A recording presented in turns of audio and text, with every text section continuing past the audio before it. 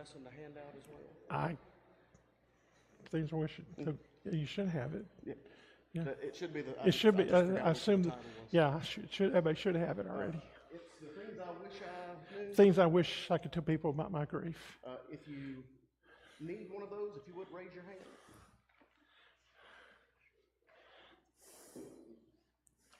Here we go, right here. As Don said, thanks so much for joining us, and thank you so much for being with us tonight. It's a pleasure and an honor to come to be with you. It is impossible for others to know what you're feeling about your grief unless they get inside you, which is almost impossible.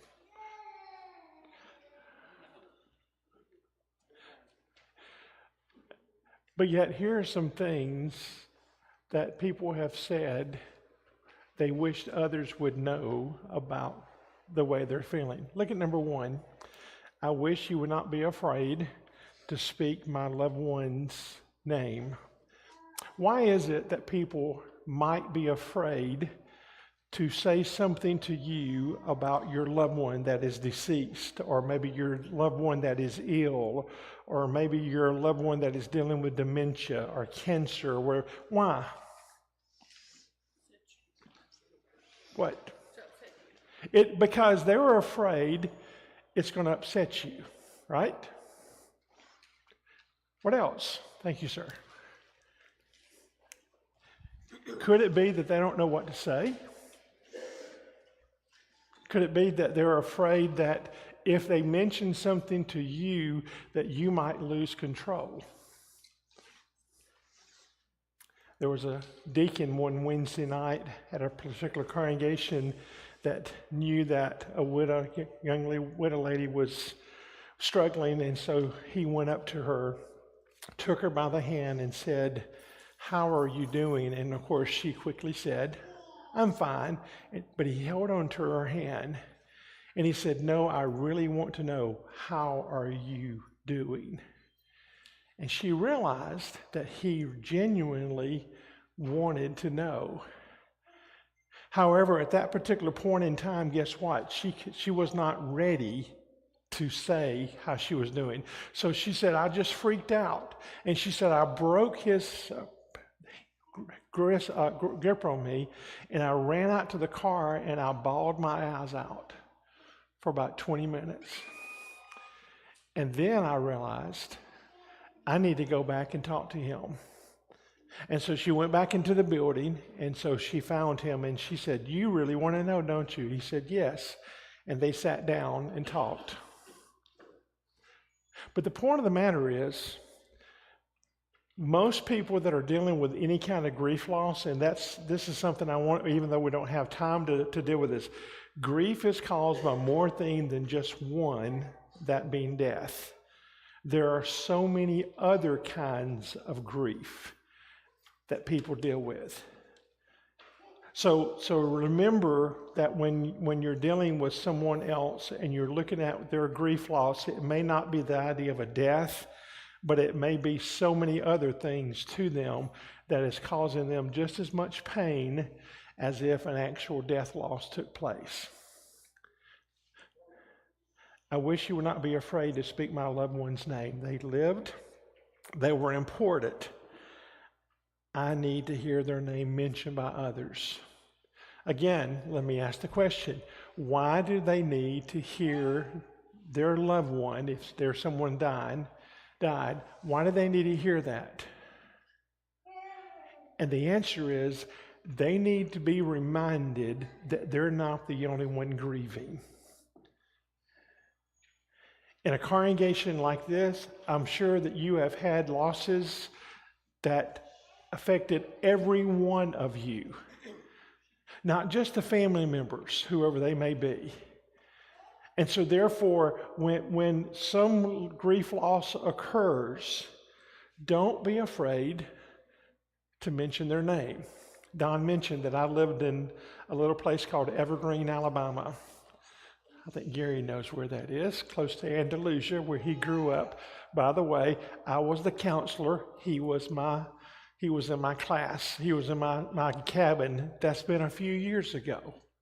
a few years ago. We're so very proud of him and his wonderful accomplishments. A lady got pulled over by a police officer. She was speeding through town. He asked, of course, to see her identification. When he was looking at her identification, he noticed her last name and said, "Would you be," and then he asked, "Would you be Captain so-and-so's family member?" And the lady said, "That was my daddy." And for 20 minutes, that officer sat there on the side of the road. He turned his lights off, and they talked about the police chief, that girl's daddy, and how much the police chief had done for that rookie cop years ago. She said later on to me, she said, "He could have given me a ticket for $1,000 and I would have gladly paid it, because he made my day by talking to me about my daddy." Folks, don't be afraid to mention that individual by name to them. Number two, if I cry and get emotional, I wish you wouldn't think that's because you've hurt me. Again, going back to the same principle that I just mentioned.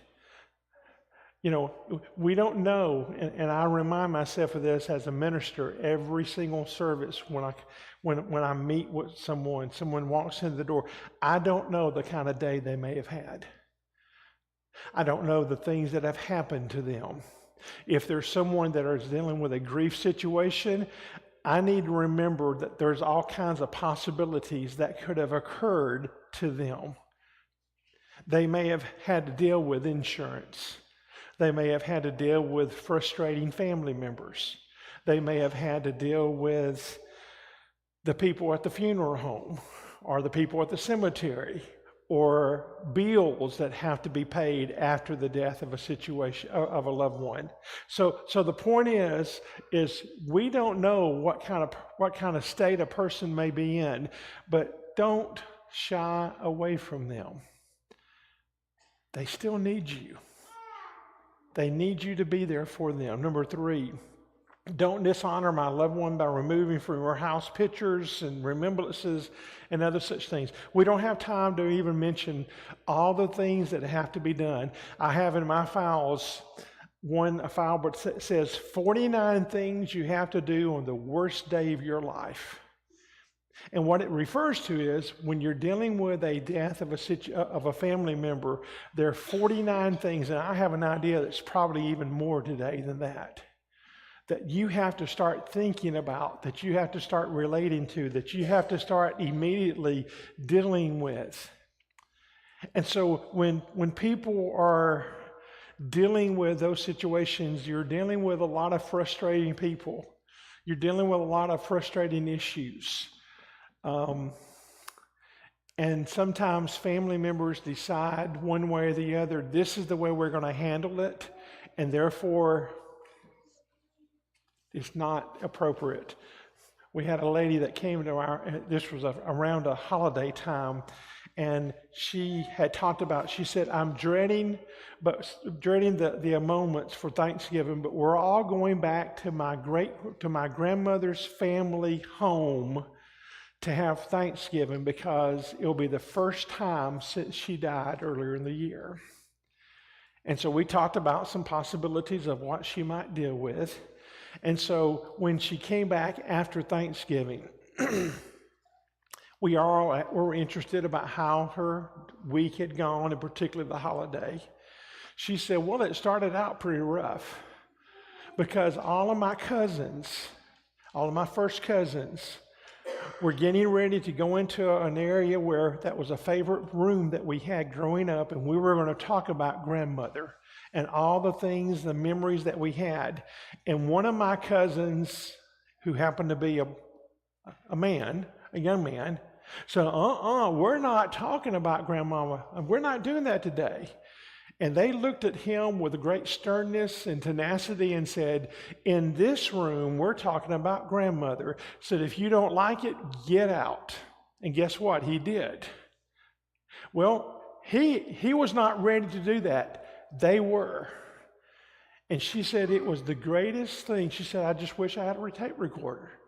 So we had the best time, as it were, honoring our memories that we had of that great lady. So just remember that. And remember particularly the closer you are to the relationship, the greater the possibility, the loss, and the feelings that you're going to be dealing with. So therefore, when you go to someone's home and they've taken down grandmother's picture, if that's the case, they may see it as, hey, you don't love grandmother anymore. Okay? Number 4, emotional highs and lows. If I'm having a good day, don't think that my grief is over with. If I'm having a bad day, don't think that I need to go check into one of those places that have 4 walls and they're all padded. I'm just dealing with grief. And that's true. Don mentioned Kubler-Ross, 1969, her book on death and dying. And so many people today, or so many professionals, use that in the 70s and the 80s and the 90s and even the 2000s as the one model. I'm from Huntsville, and you know, as you're going by 565, you come to our Space and Rocket Center and you see that 5-stage model there that did its thing for man to get to the moon in 1969. I think July 27, if I remember correctly. Well, that's a 5-stage model. It did exactly what it was supposed to do. Grief is not that well defined. It's very messy. And therefore, we like to use the word phases instead of phases instead of a stage, because there are so many emotions that we move in and out of as we're dealing with some kind of grief loss. Number 5, being a bereaved person is not contagious. Don't shy away from me. Why is it that sometimes people will want to get away from or stay away from people that are dealing with grief? What would you guess? Because they don't want to accept them. Okay, they don't want to accept, they want to say something that will upset them. That's a possibility. What else? Some don't want to get upset themselves. Some don't want to get upset themselves. They don't want to deal with that subject. In fact, I've had people tell me, I don't want to spend any more time with them because right now they're grieving and I'm not. Now that sounds real selfish, doesn't it? But they said, I just don't want to deal with that. I've even seen this. I call it the Jonah syndrome. They're afraid that if they get close to Jonah, something bad's going to happen to them. I have met people that believe that. Well, being a person that deals with grief of any kind of loss, you don't get it by touching them. You don't get it by being around them. C.S. Lewis, in his famous book, A Grief Observed, said that he never knew that grief was so contagious. At least that's the way it seemed after he dealt with the death of his wife. And he said they ought to just take us and put us in a leper colony, because he said that's the way we're treated.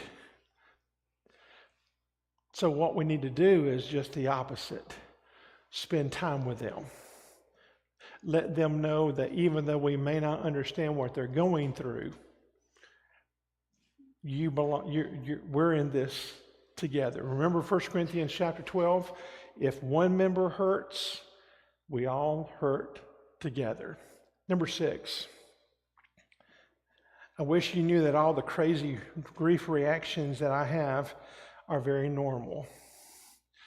I've had people in some of my grief support classes tell me, said, I paid the power bill twice, I forgot to pay the water bill. Or I lost my keys once. One lady did this. She always walked in and she had a routine.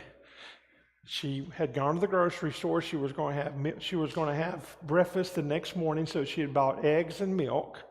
Eggs and bacon. And she said, I always come in and I put my keys one place, and then, of course, I was going to put my groceries in the refrigerator.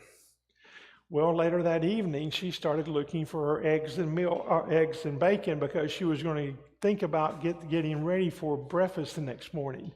She couldn't find them in the refrigerator. But oddly enough, she found her keys in the refrigerator. Well, guess where she usually put her keys? Underneath her pillowcase. Guess where the eggs and bacon were? And that's just sometimes the way grief is. It's frustrating. We have so many emotions that we're going through, particularly if it's been one of those kind of days. So please don't think that I've lost my brain, even though it sometimes seems that I have when I'm dealing with grief. Number 7, don't think that my grief is over in just a few months. It doesn't work that way. Sadly, in our world today, though, we have people that believe that. Just get over it. I had a lady that told me in one of my classes that she finally had to leave her place of employment because her daughter had died very suddenly, and of course she had to deal with the funeral. She had to deal with moving all the things out of her daughter's apartment. This was a sudden, tragic loss, and she said, and of course they gave me 2 weeks to be away from work. When I went back to work, my grief was still with me. And after 2 weeks of being at work, my boss over me called me in and said, your grief is affecting the office in a very negative way. We need you to please change that. 1 month later, he called her in again. He said, ma'am, you're still affecting this office in a very negative way. We're sorry for your loss, but you should be over this by now. 2 weeks later on, she just wrote her resignation and she quit. Because you see, their perception of how she was dealing with grief, that's a taboo subject here. You don't do this in that office. And I wish that was just the only time that I've heard that, but it's not. And it may not be to that extreme, but so many individuals, I'm afraid, in our world are very, very impatient when it comes to people that are dealing with grief. Number 8, I wish you would understand that the physical reactions that I have, I may gain weight, lose weight, sleep, not sleep at all, have illnesses, be accident prone. The statistics are that a man, if he loses his mate, will for the next 12 to 18 months be much more likely to become sick than before. Their immune system is not as strong. They begin to not eat right. They may not be able to sleep well. And they may not even go to the doctor like they need to go to. And so therefore, there's a very high possibility that from 12 to 18 months later, that they're going to be dealing with a lot of sickness issues. For women, it's about 24 to 36 months after the loss of a situation. And you're saying, what's the difference? Well, I'm prone to say it's because of the way that women handle things. Typically, women have to be the hub that makes everything else go around them work. And so therefore, they're better facilitators. And so therefore, it may take them longer to be able to sort of get into their grief situation. And when they do, then they may be they may have more immune issues then at that point in time. But just realize that grief does affect us physically, among other things. Number 9, my loved one's birthday, anniversary, holidays are terrible times. Why? Because it's all those special times, and it may not just be the holidays, and it may not just be the birthdays, and it may not just be their anniversary date if they were married, or the anniversary date of when they died. It could be anything else that reminds them, I'm alive and they're not.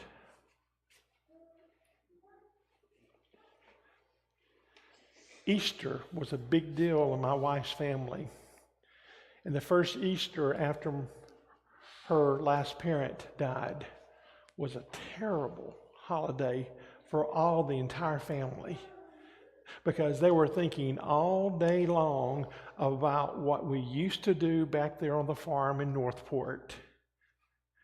And we can't do that now because Mom's no longer there. And then you got Mom's Day, and you got Father's Day, and you got all the other special times. And again, please understand, it's not just those set holidays that we all have or that have been made for us. It's all the other things that are important, that remind us that someone's gone that we love greatly.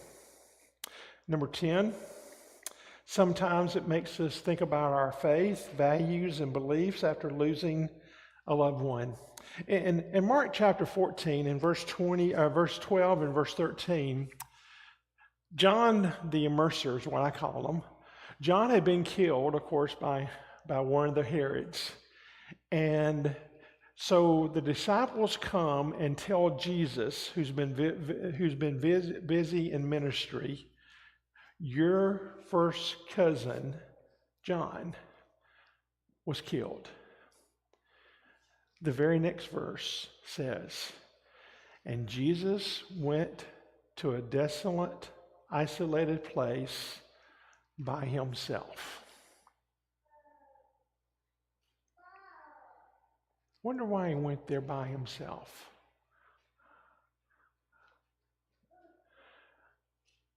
Do you think he prayed to God? Do you think he thought about John and what John had done for him in his ministry? He knew that he needed to get away. Now, unfortunately, the rest of that verse says, and the people found him and started talking to him again. You know, if you read the book of Job, guess what? Job didn't understand it all, did he? He really didn't. And he asked a lot of questions of God. You know, I've had people tell me, I am so mad at God, and they were, I said, that's fine. What do you mean it's fine? It's fine for you to be mad at God. You're not the first person to be mad at God, and you're not going to be the last person to be mad at God. Just don't give up on him. So folks, we need to remember that when someone, particularly if it's a sudden, tragic loss, something we did not see coming, and particularly the more horrific it is, the greater the potential of the loss itself. It's okay for folks to say, I'm just having a rough time right now. And let them know it's okay. Just stay with God. And believe me, you can say what you want to. Number 11, I wish you would not offer me anything to ease the pain. Prescription drugs are certainly necessary at times. They're okay at times. But there's a lot of other things that people like to offer someone dealing with some kind of grief situation that's just going to be detrimental to them. Not going to be helpful in any kind of way. And that's what I'm talking about in number 11. Number 12, I wish you would understand that grief changes people. And the reason grief changes people is because it makes us realize that which used to be is no longer there. None of us like change. The older we get, the worse we are when it comes to change. But unfortunately, in a grief situation, you have to change from time to time. And so we need to remember that when that happens, that person is going to go through a transformation. They're going to have their own grief journey that they're going to be facing themselves. And when they come out on the other side, hopefully by God's grace and by their work at it, they're going to probably be different. Henry Nouwen was the guy that said that that when we deal with some kind of grief loss, we become wounded healers. I like that phrase. We're wounded. We're still dealing with whatever it is that we're dealing with, but we're healing to be able to turn around and help someone else because of what we've learned ourselves. Number 13, stay the course with me the way God does. I need you now, and I need you later as well. I put that there, the next part, because I'm afraid sometimes we make this sort of as a mission. Don't see me as an assignment and then check out after a visit or two. Seriously, we go up to someone and we are asked the question, if this individual, your name again, sir, your name is? Jamie. Okay, if Jamie was dealing with a grief loss and I see Jamie and I'm at church and we're members together and I'll go say, Jamie, I'm so very sorry for your loss. How are you doing today? I'm doing just fine. You're doing just fine. Okay. How many times do people say that they're doing fine when they probably or they may not be doing fine? Why did we say that? Habit. Secondly, that person probably wants me to say that I'm fine so that either mentally or otherwise I can do this. Check. I've done my assignment for this week. I can feel good about myself because I have checked on Jamie, and therefore I don't need to do anything else for Jamie. I can go do the rest. You see the point? That's not the way it works. We need people to stay through with us just like God does. And that's why it's so important that we remember that when we're dealing with people that are dealing with some kind of grief loss, it's, here are the statistics. 97% of people will quit checking on someone after 2 weeks of their loss. And yes, you heard right, 97%.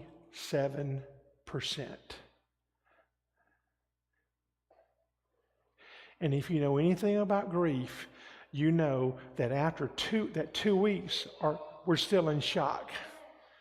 We're still hurting terribly. We don't even understand what's going on. We're dealing with all the busyness stuff that has to be dealing with. We're frustrated. We're agitated. We're tired. We're worn out. And then after 2 weeks, we start sort of coming out of our dream state or our shock state, and we start looking around, and guess what? There's nobody there to be with Jamie. Because 97% of us have gone on about our business, and only 3% are going to be checking on Jamie. Folks, it ought to be just the other way around. My secretary at church knows that when we have a loss of any kind in our congregation, she waits 2+ weeks before I send a sympathy card to them, and I suggest that to the entire congregation. I said, they're going to get cards from everybody else during those first 2 weeks because people are going through that checklist situation. You wait after 2 weeks to start working and showing love for them. That's where we need to be. Again, remember 1 Corinthians 12:25. When one member hurts, we all hurt together. Or as Paul said in Romans 12:15, rejoice with those who rejoice and weep with those who weep. People that are grieving need to be included. They need to be asked to be joined for social events. If holidays are coming up, don't forget them. The widows, the widowers, the single again, the family members that may not have a mom or a dad or the kid. Don't forget them. They may turn you down, or they say, hey, can I take a rain check? Give them a rain check. But don't forget them. Let me do this. If you were the person grieving, what would you want someone else to do for you? That's the real question. You've listened well. It's getting close to 8 o'clock, and you folks will hopefully show up tomorrow. So we will see you. Then turn it over to Jesse. I want to thank both of them.